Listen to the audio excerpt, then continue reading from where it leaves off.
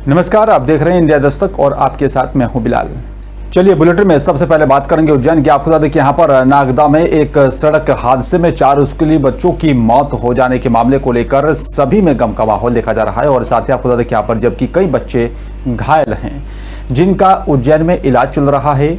उज्जैन पहुंचे केंद्रीय मंत्री ज्योतिरादित्य सिंधिया घायल बच्चों से मुलाकात करने अस्पताल पहुंचे, जहां पर उन्होंने बच्चों के परिजनों से भी मुलाकात की है।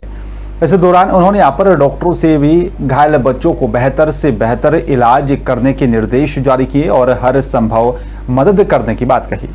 आपको बता दें कि इस घटना के बाद से ही उज्जैन जिले के अलग अलग अस्पतालों में 11 बच्चों सहित 2 ड्राइवर भर्ती हैं, जिनमें 4 बच्चों की हालत काफी गंभीर बताई जा रही है। 4 बच्चे यहाँ एडमिटेड हैं अस्पताल, 2 की हालत स्थिर है और आशा है कि जल्द स्वस्थ हो जाएगी और 2 की हालत गंभीर है, खास करके एक हमारी बच्ची की हालत बड़ी गंभीर है। भगवान से कामना करता हूँ कि जल्द इन दोनों को भी स्वस्थ करें और पूरी आशा है कि 4 लोग हमारे अस्पताल में भी। हमारे पास अभी 4 बच्चे एडमिट हैं, जिसमें से कि 3 बच्चे अच्छे हैं और एक बच्चा क्रिटिकल हालत में है, इशिता नाम का। सिंधिया जी ने एश्योर करा है कि जो भी ट्रीटमेंट बेस्ट पॉसिबल हो वो करो और उसको शासन द्वारा पूरी मदद दी जाएगी। बच्चे की फिलहाल में कंडीशन कैसी होने की रेफर करने की चीज़ तो नहीं अभी तक तो नहीं, पर अगले 24 घंटे तक कुछ भी कहना मुश्किल है। अगले 24 घंटे में सारी इन्वेस्टिगेशन रिपोर्ट जिस हिसाब से आएगी उस हिसाब से प्लान ऑफ मैनेजमेंट डिसाइड होगा। चलिए बात राजगढ़ की करेंगे। आप बता दें कि यहाँ पर राजगढ़ में जान पर खेलकर बहते हुए नाले से एम्बला तक गर्भवती महिला को ग्रामीणों ने जो है सुरक्षित पहुंचाया है। सारंगपुर के ग्राम पिपलियापाल में गर्भवती महिला को एम्बुलेंस तक पहुंचाने के लिए ग्रामीणों ने यहां पर जान लगाई, तो दांव पर जान को लगा दिया था। बताया जा रहा है महिला को डिलीवरी के लिए सारंगपुर सिविल अस्पताल ले जाना था। एम्बुलेंस नाले के उस तरफ खड़ी हुई थी और बताया जा रहा है कि नाले का तेज बहाव होने की वजह से एम्बुलेंस गांव तक नहीं पहुंच पा रही थी। लोगों ने यहां पर जान पर खेलकर रस्सी बांधकर महिला को नाले का जो है उसके एक तरीके से पुल बनाकर उसको पार कराया। आपको बता दें कि लगातार हो रही बारिश के चलते लोगों को परेशानियों का सामना करना पड़ रहा है।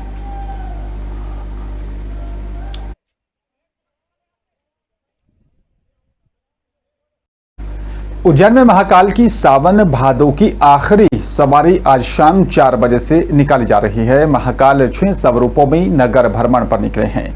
सवारी में 5 बैंड भी शामिल हैं। बैंड मालिक इसका कोई चार्ज नहीं लेते।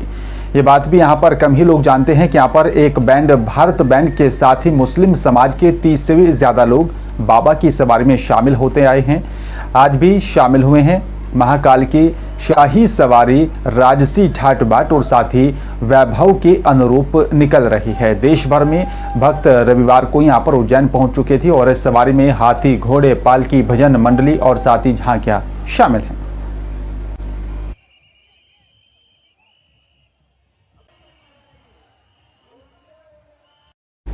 छतरपुर नगर पालिका परिषद के नवनिर्वाचित अध्यक्ष, उपाध्यक्ष और पार्षद गणों का पदभार ग्रहण और साथ ही सम्मान समारोह का आयोजन किया गया। कार्यक्रम का आयोजन छतरपुर नगर पालिका की प्रांगण में किया गया, जिसमें नवनिर्वाचित अध्यक्ष ज्योति सुरेंद्र चौरसिया और उपाध्यक्ष विकेंद्र बाजपाई उर्फ मिंटू पंडा सहित यहां पर वार्ड पार्षदों ने शपथ ग्रहण करते हुए नगर के विकास में अपना अपना योगदान देने की बात कही।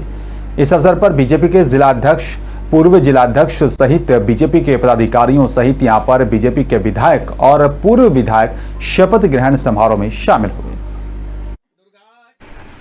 आज शपथ ग्रहण के बाद मुझे बहुत अच्छा महसूस हो रहा है। सबसे पहले मैं ज्योति चौरसिया शहर के नगरवासियों को हृदय से आभार व्यक्त करती हूँ। उन्होंने मुझ पर विश्वास करके मुझे आज इस पद पर आसीन किया। मैं सबका हृदय। पहली प्राथमिकता क्या रहेगी विकास? पहली प्राथमिकता शहर का विकास करना,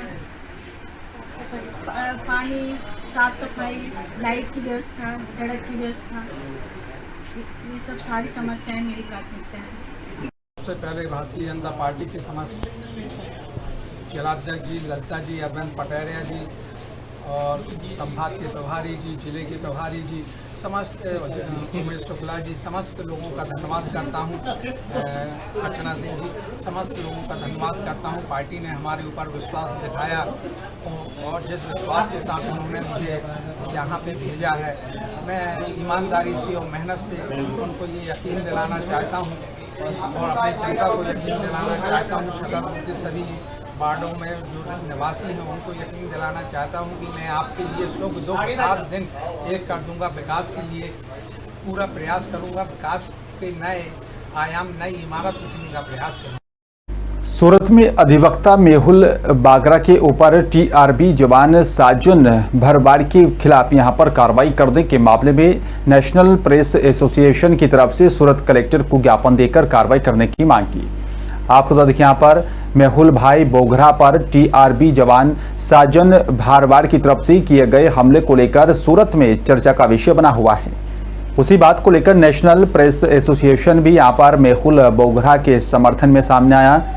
इसके साथ साथ ही बताया जा रहा है कि नेशनल प्रेस एसोसिएशन के यहाँ पर गुजरात प्रदेश अध्यक्ष हरजी भाई सहित यहाँ पर अन्य पदाधिकारी सहित सूरत कलेक्टर को ज्ञापन देने के लिए पहुंचे और साथ ही न्यायिक जांच कर कार्रवाई करने की मांग की।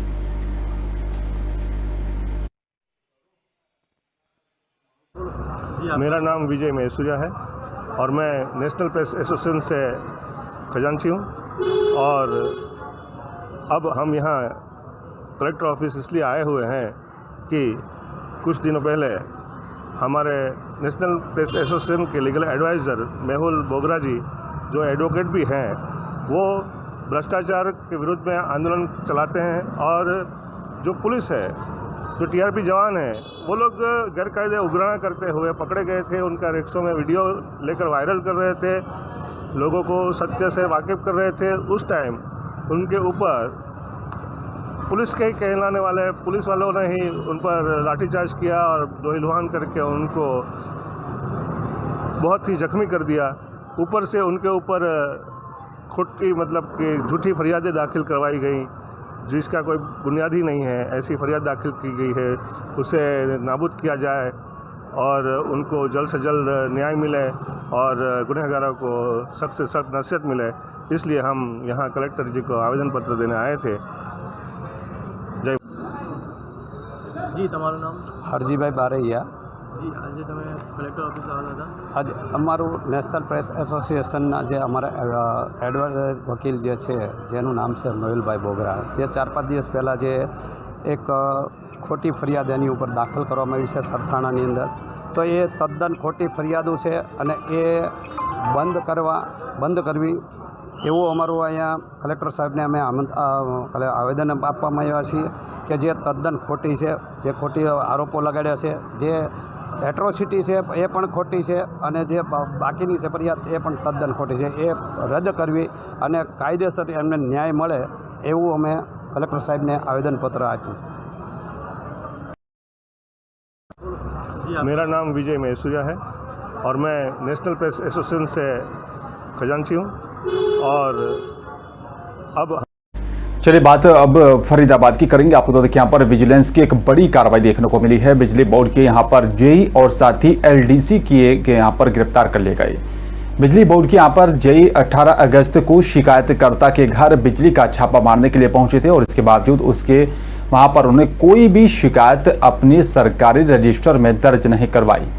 जेई और साथ ही एलडीसी पर 1 लाख रुपए की रिश्वत मांगने का भी आरोप लगाया गया और बावजूद इसके 40,000 में बाय हैंड यहां पर विजिलेंस ने गिरफ्तार किया है। आपको बता दें कि लगातार रिश्वतखोरी के मामलों को लेकर एक बड़ी कार्रवाई सामने आई है। सर, इसमें जेई साहब मेरे पास आए थे और इन्होंने मेरे से 1 लाख रुपए की डिमांड की थी और मेरे से बोला कि मैं तेरे को बिजली चोरी में फंसा दूंगा ज़बरदस्ती अगर तूने 1 लाख रुपए नहीं दिए तो मैंने इनसे बोला कि सर मेरे पास 1 लाख रुपए नहीं है, मैं गरीब आदमी हूँ। तो उन्होंने बोला कि मेरा नंबर ले ले, मेरे से कल बात करिए तू। फिर मैंने उनका फ़ोन आया जन्माष्टमी वाले दिन 10:30 बजे के आसपास, 10 साढ़े 10 बजे। तो उन्होंने बोला कि बीच का आदमी एक जिले सिंह, उससे मिल और उससे बात कर, पैसे वही लेके आएगा तेरे से उठा के।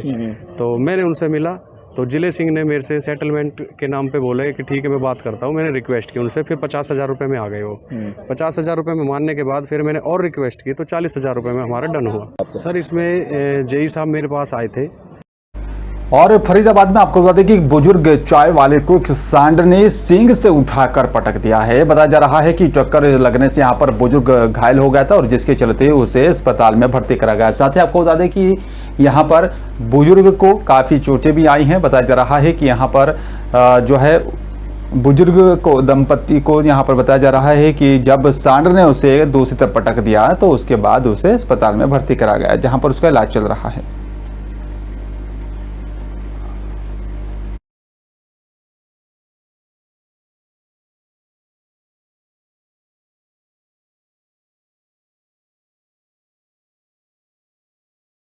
और चलिए बात अब उत्तराखंड के हरिद्वार की करेंगे। आपको बता दें कि यहाँ पर पूर्व यूपी सरकार में मंत्री रहे साहब सिंह सैनी ने उत्तराखंड में कांग्रेस और साथ ही बीजेपी पार्टी पर गंभीर आरोप लगाया है और साथ ही उन्होंने यहाँ पर होने वाले जो है प्रधान के चुनाव में सबक सिखाने की भी उन्होंने बात कही है।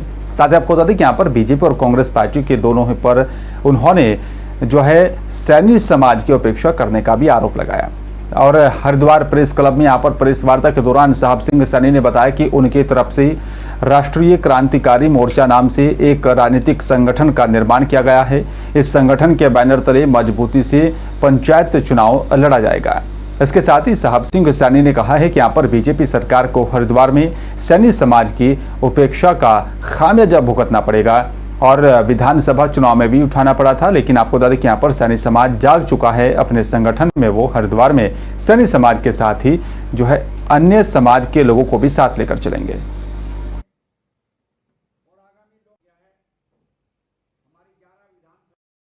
नरसिंहपुर प्रदेश में आपको बता दें कि यहाँ पर नरसिंहपुर में जो है और पूरे प्रदेश में नवीन पुलिस थाना भवन का लोकार्पण भोपाल में आयोजित कार्यक्रम में शामिल हुए। जो है गृह मंत्री अमित शाह की तरफ से प्रदेश भर में नवनिर्मित भवनों का वर्चुअल लोकार्पण किया गया और करेली में राज्यसभा सांसद कैलाश ने यहां पर पुलिस थाना निर्मित भवन का लोकार्पण किया। इस अवसर पर कलेक्टर रोहित सिंह, पुलिस अधीक्षक विपुल श्रीवास्तव भी शामिल हुए। आम जनता के अमन चैन के लिए, उनकी जिंदगी अमन चैन से व्यतीत हो, सुरक्षित रहे, लॉ एंड ऑर्डर मेंटेन रहे, इसके लिए व्यवस्थाओं की भी आवश्यकता है।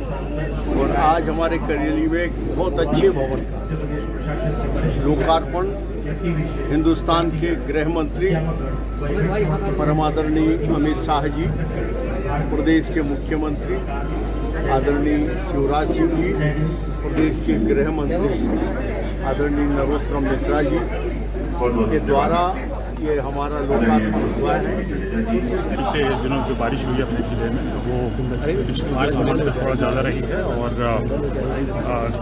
कल लगातार बारिश थी। आज तो भी बारिश रुकी हुई है, धीमी हुई है कई जगहों पे और एहतियातन हम लोग लगातार प्रशासनिक अमला चुस्त दुरुस्त है। पुलिस जहाँ जहाँ पानी भराव की स्थितियाँ हैं या जहाँ हमारे पुल हैं, पुलिया हैं, वहाँ हमारी पुलिस बल, होमगार्ड, हमारे कोटवार, पटवारी और अमला वहाँ तैनात है और जहाँ कहीं आवश्यक है वहाँ हम लोगों ने बैरिकेडिंग कर रखी है। एहतियातन हम लोगों ने कल की बारिश को देखते हुए विद्यालय आज के लिए बंद किया हुआ था और आंगनबाड़ियाँ भी हम लोगों ने बंद कर की थी। कल तक हमारे ज़िले का जो फोरकास्ट था वो हेवी रेनफॉल का फोरकास्ट था, रेड अलर्ट का था। अच्छी बात यह है कि आज हमारे ज़िले का जो फोरकास्ट है मॉडरेट कैटेगरी में आ गया है, यानी ऑरेंज अलर्ट है। इसलिए हम सब लोगों को सबको अलर्ट रहना चाहिए।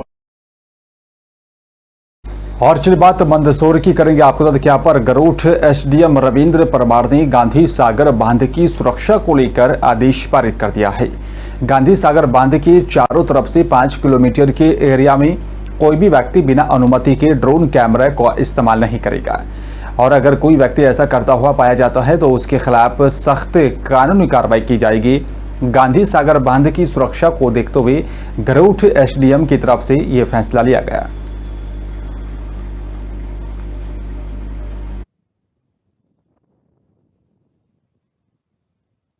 और फिलहाल इस बुलेटिन में मेरे साथ सिर्फ इतना ही। नमस्कार।